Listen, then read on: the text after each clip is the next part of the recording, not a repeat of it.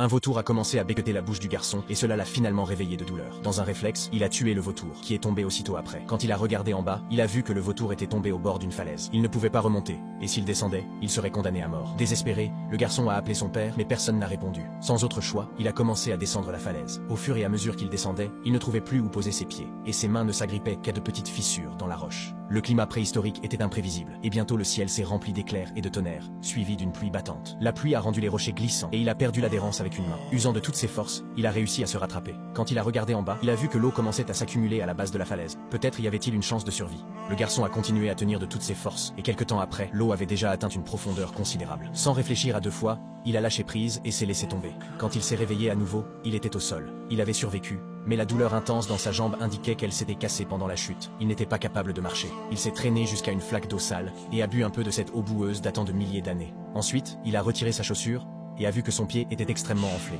Sans autre option, il a pris quelques grosses pierres, les a placées contre son pied, et d'un mouvement brusque, il a réaligné les os. Puis, il a improvisé une sorte de soutien pour sa jambe, ce qui lui a permis de recommencer à marcher. Des heures plus tard, il a réussi à atteindre le sommet de la falaise, où il a trouvé une pierre tombale que sa tribu avait faite pour lui. À ce moment-là, il a réalisé que personne ne reviendrait le sauver. Pour aggraver les choses, il a entendu des hurlements au loin. Quand il a regardé derrière lui, il a vu que quelques loups l'avaient déjà repéré. Avec une jambe cassée, ses chances de s'échapper étaient minces. Cette nuit-là, il a dormi dans un arbre sec. Le lendemain, il a trouvé une source d'eau, en a récolté un peu, et a réussi à attraper un ver de terre, qu'il a mangé avec beaucoup de difficulté.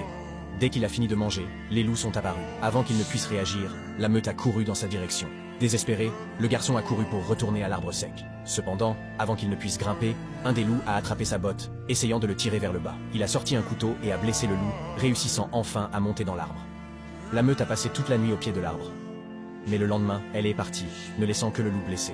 Le garçon, alors, a utilisé son couteau et un morceau de bois pour fabriquer une longue lance. Il s'est approché du loup, prêt à le tuer pour se nourrir. Mais en levant la lance et en entendant le gémissement triste du loup, le garçon a hésité. Au lieu de mettre fin à la souffrance du loup, il a eu pitié et a voulu le sauver. Le loup grognait, ce qui l'empêchait de s'approcher. Il a donc décidé d'attacher le loup avec une corde.